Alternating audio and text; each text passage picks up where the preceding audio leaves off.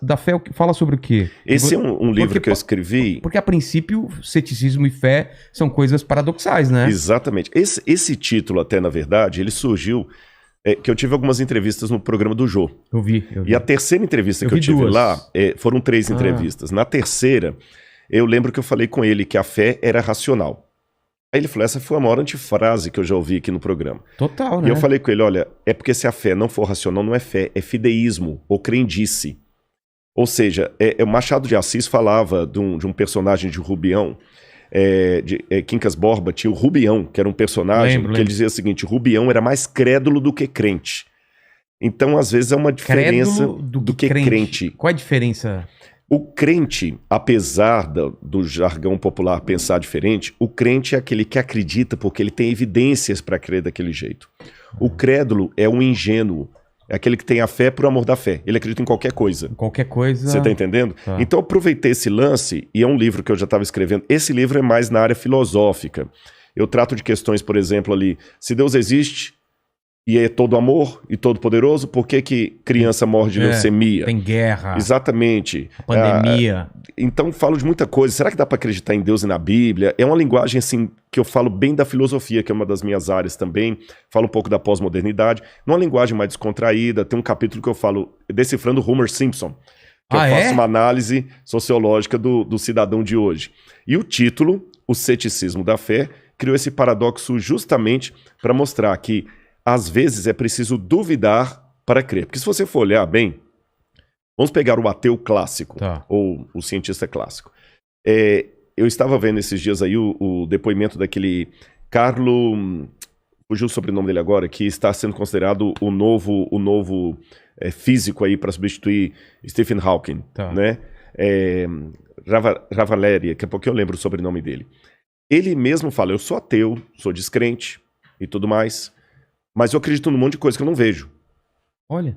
E os físicos são assim. Por exemplo, quem já viu a matéria negra? A matéria escura? A matéria escura, energia escura, Não tem nem como provar isso. Multiversos, que muitos físicos falam de multiverso. Universos paralelos. Tudo é cálculo, tudo é teoria. Tudo é cálculo. Não tem nada. É verdade. E eles continuam falando firmemente sobre isso. E é interessante que eles até acreditam no que eles não veem. Porque ele foi ao universo, não vê Deus lá, então ele crê que Deus não existe. E é um paradoxo, mas é uma realidade. Até que alguém prove alguma coisa para ele. Para ele, então ele crê no que ele não viu. Como não tem Deus lá, eu tenho certeza que ele não existe. Você tá entendendo? Mas eu acho que na cabeça dele, por exemplo, o cálculo matemático meio que prova que existem essas coisas.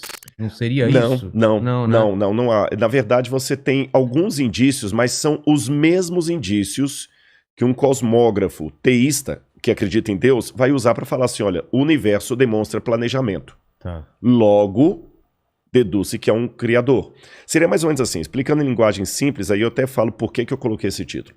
Vamos supor que eu chego aqui no seu estúdio, que aliás, muito legal. Eu já tirei foto aqui, cara, psicodélico demais. Tem muito muita bacana, coisa, cada muita cantinho. Não, esse chimpanzé aí, se fugir, se sumir... É você que levou. Eu tô sabendo. Ele tá descolando aqui, Suponhamos que tivesse aqui, entre o seu acervo aqui, no chão aqui, uma latinha com comida de cachorro. Eu não vi o cachorro.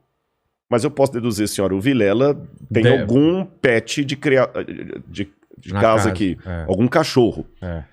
Eu falo, mas você viu o cachorro? Não, mas eu tenho indícios que tem um cachorro aqui. Entendi. O ateu, se fizer uma comparação, ele raciocinaria assim, não, eu não vi cachorro nenhum. Tá, mas e a ração? Deve ter outra explicação racional para a presença dessa ração aqui, mas não é que existe um cachorro na casa. A não ser que eu veja um cachorro. A não ser que eu veja um cachorro, eu posso ver a ração, ela não é indício que há um cachorro. Então por que a ração dá? Aí ele começa a trabalhar com outras hipóteses. O Vilela, como ele tem aqui um macaco à mesa, tem um símbolo da Coca-Cola, tem uma geladeira ali da General Electric, ele colocou um objeto também, ponto. Mas ele não trabalha com a hipótese de existir um cachorro. Entendi. Então ele não vê no universo a digital de Deus, mesmo sendo planejado, falando, Deus não existe. Tá, e como é que tudo é planejado? Não sei, um dia saberemos.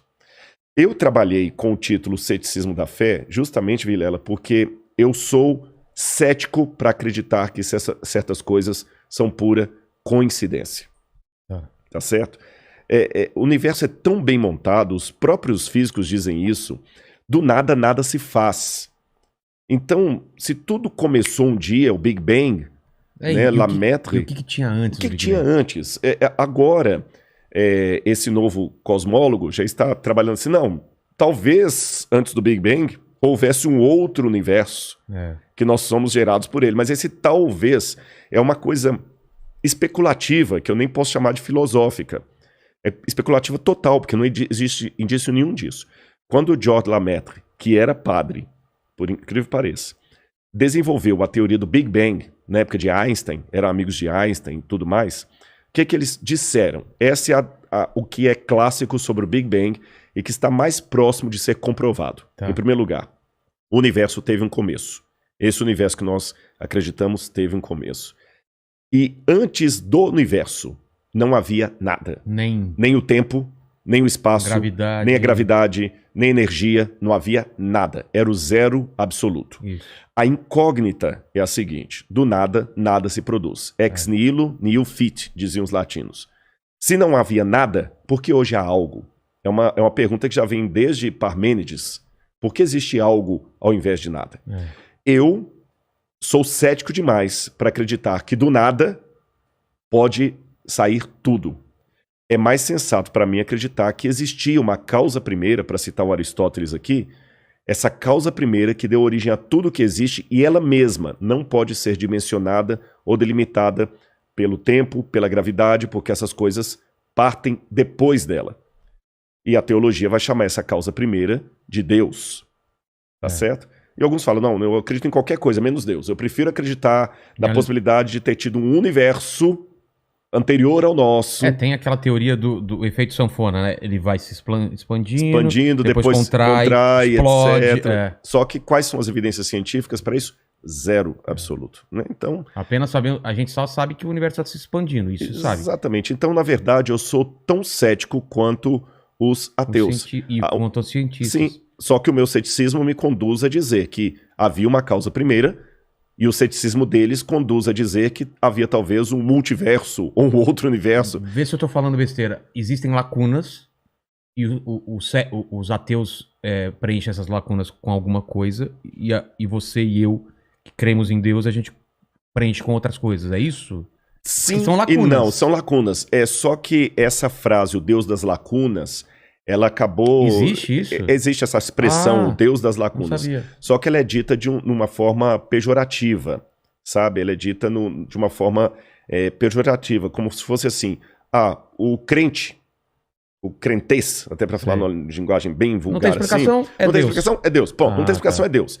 E isso acaba caindo realmente numa forma caricata. Fácil, né? É exatamente, porque existe também o acaso. Eu tô conversando com você aqui, eu posso derrubar esse copo e cair no chão e quebrar. Não é um milagre. É um milagre, ou o diabo que derrubou, o Deus que derrubou. Então, realmente é uma forma caricata de falar da fé. Eu não acredito que seria simplesmente o Deus das lacunas. É a lógica que me permite preencher essa lacuna com uma hipótese, que a minha hipótese é a hipótese teocêntrica, a hipótese de Deus. Tá.